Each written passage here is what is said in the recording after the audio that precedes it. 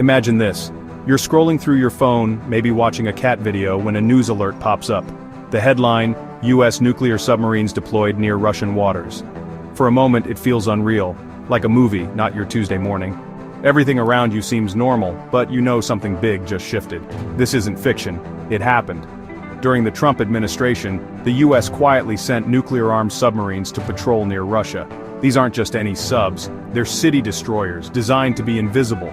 Sending them so close to Russia was a high-stakes power play. It's not just about military might, it's about the psychology of power. The razor-thin line between deterrence and provocation.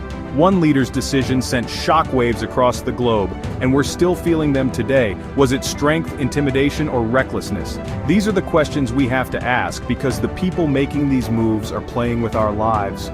They're playing with the future of the planet, and sometimes it feels like they forget we're all on the game board with them. The stakes? Almost too big to comprehend. This is the story of how close we came to the edge. So what happened? In 2019, the Pentagon under Trump armed some submarines with a new low-yield nuclear weapon, the W-76-2. Low-yield sounds less scary, but it's still Hiroshima-level destructive. The idea, a more flexible nuclear option. These subs vanished into the deep, patrolling near Russia, silent, invisible, undetectable. The US announced these subs were operational, sending a chilling message to Moscow. We're out here, and we're ready. The USS Tennessee, armed with these new warheads, went on a secretive patrol in the Atlantic. The military even released a rare photo of the sub's commander, a subtle signal this was no routine mission. It was a strategic operation, a geopolitical read receipt. The silence from the deep was deafening, a quiet threat echoing from Washington to Moscow. This wasn't just about one sub, it was a shift in nuclear policy. For decades, nukes were last resort weapons. By introducing a smaller nuke, the Trump administration blurred that line. Suddenly, the unthinkable seemed a little more thinkable. The rules of the standoff had changed. Now, one side had a new trigger and the world was watching. A gunshot in a standoff is still a gunshot. How did Russia react? Not with calm.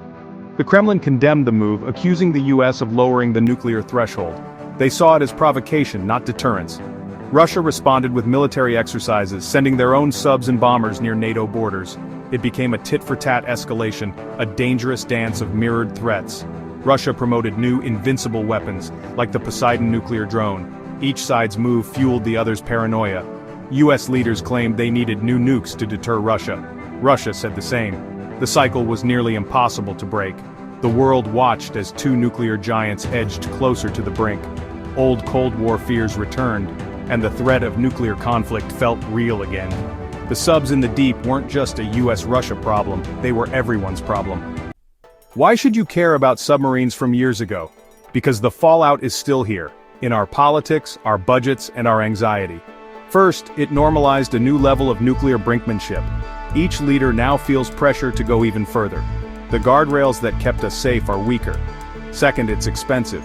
Billions spent on new nukes means less for healthcare, education, or climate action.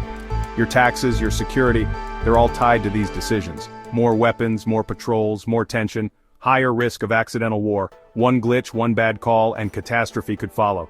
In the nuclear age, there's no over there. Fallout, famine, collapse, they're global. The choices made in Washington or Moscow reach your doorstep. Understanding this isn't just history, it's survival. The Cold War taught us that direct nuclear confrontation is a disaster. We built treaties and off-ramps to avoid catastrophe. But sending those subs felt like tearing up the rulebook. It was a step back into danger. The lesson: immense responsibility rests on our leaders. One decision can change history for billions. When leaders choose provocation over diplomacy, the consequences are real. Peace isn't automatic, it's fragile and needs constant care. The deployment of those subs was a moment we stopped tending the garden. The work of diplomacy is slow, but the alternative is catastrophic. The only way to win the nuclear game is not to play. Real strength is the wisdom not to destroy the world.